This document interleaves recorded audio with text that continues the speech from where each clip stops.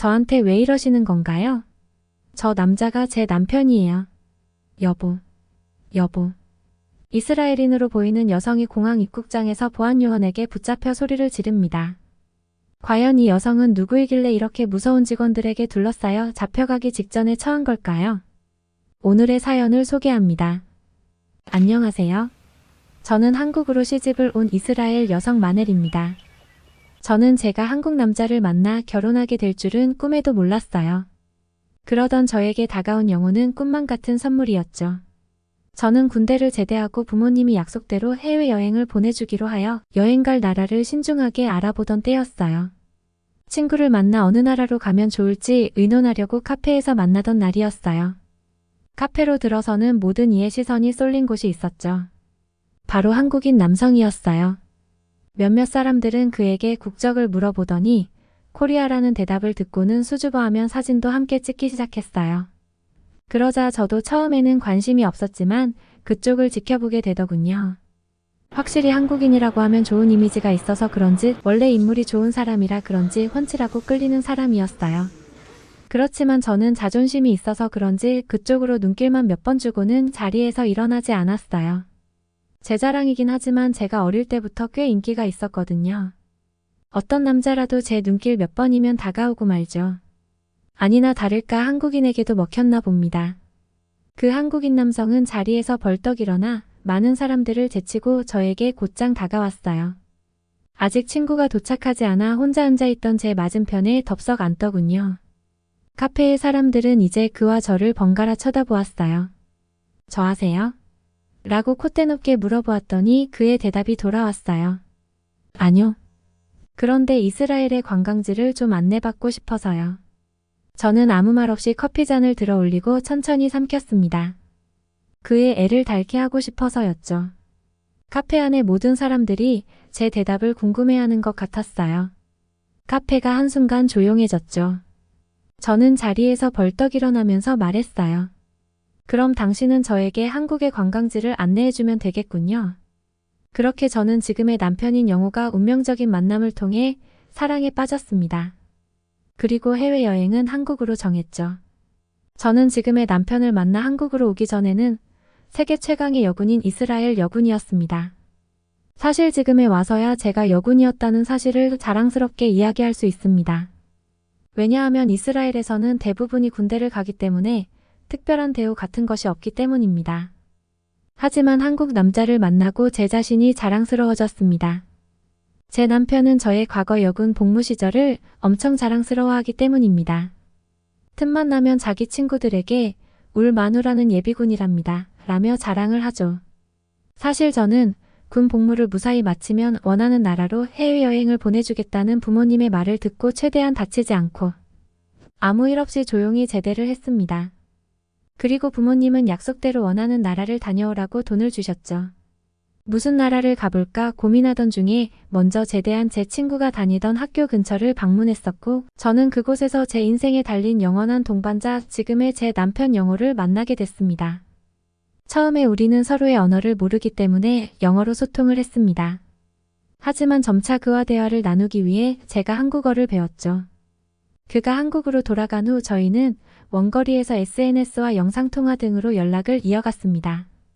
저는 결국 부모님께 말해 한국으로 여행을 가겠다고 말씀을 드렸고 이번 여행이 삶을 변화시키는 그와의 연결로 이어질 것이라고 생각했습니다. 부모님은 모르셨지만 저는 이스라엘을 떠나 영호와 함께 하기 위해 한국으로 가기로 한 것이었습니다. 한국에서 여행을 하면서 한국의 관습과 전통에 대해 배웠고 그와의 사랑도 깊어져 갔습니다. 만난 시간은 짧지만 서로에 대한 확신이 있었습니다. 저희 둘은 제주도에서 둘만의 결혼식을 올렸습니다. 그리고 저는 이스라엘로 돌아갔고 부모님께도 말씀을 드린 후에 정식으로 비자를 발급받아서 한국으로 들어왔습니다. 사실 서두르지 않아도 됐는데 서둘렀던 이유는 제 뱃속에 영호의 아이가 생겼다는 것을 알게 되었기 때문입니다. 이스라엘에서 그를 만나 한눈에 빠졌을 때 우리에게 예고치 않은 축복이 내려진 거죠. 그리고 시간이 지난 후 저는 영광스럽게도 그토록 원하던 한국 국적을 취득할 수 있었습니다. 한국 국적도 취득했고 아이도 어느 정도 자라자 저는 이스라엘에 계신 부모님이 보고 싶었습니다. 몸이 안 좋으시다는 소식을 들어서 부모님께 아이도 보여드릴 겸 해서 남편과 함께 이스라엘행 비행기에 올랐습니다. 긴 비행은 몸을 힘들겠지만 제 마음은 그 어느 때보다도 들떠 있었습니다.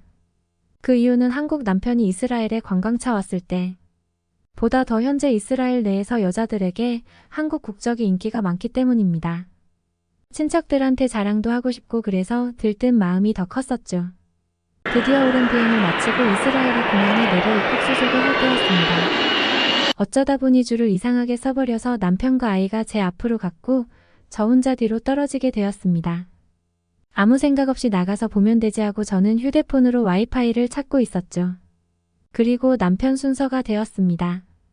한국 남편이 제 아이의 여권을 같이 보여주자 정말 5초도 안 되어서 보내주더라고요. 저도 나가려는 찰나 공항 직원이 잠깐만요 라며 저를 불러 세우더라고요. 저는 무슨 일이냐고 물었습니다. 그러자 그 직원은 저를 더 의심스럽게 쳐다보았습니다. 생각해보니 외모는 아랍 쪽인데 한국 여권을 들고 다니는 게 의심스러웠나 보다 싶었죠. 대뜸 본인 여권이 맞냐고 물어왔습니다. 그리고 덩치 큰 직원들이 몰려들기 시작했습니다. 이런 경우는 너무나 오랜만이라 저는 횡설수설거리기 시작했습니다. 저 이스라엘 사람이에요. 군대도 다녀왔어요. 나쁜 사람 아닙니다. 그러자 직원들은 더 의아한 표정을 지었습니다. 군대요? 선생님, 지금부터 말 제대로 해야 할 겁니다. 라면서 저에게 간접적 위협을 가하기 시작했죠. 저는 너무나도 무서웠어요. 남편은 이미 나가고 없는데 도움을 청할 수도 없었죠. 쿵쾅거리는 마음을 진정하고 저는 또박또박 설명을 했습니다.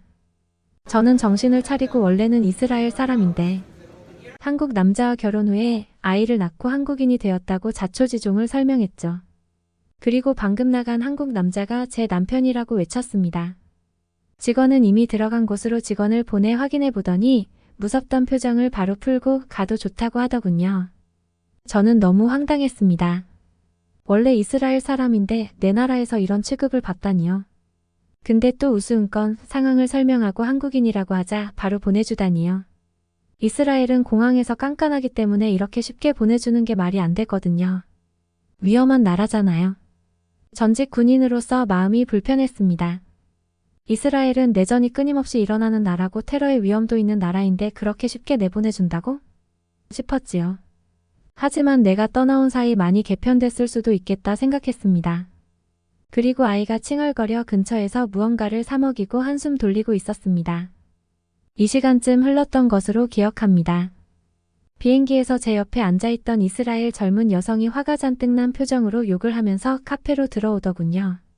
저는 반갑게 인사를 하니 그 여성이 어떻게 그렇게 빨리 나왔어요? 라고 하더라고요. 그게 무슨 소리죠?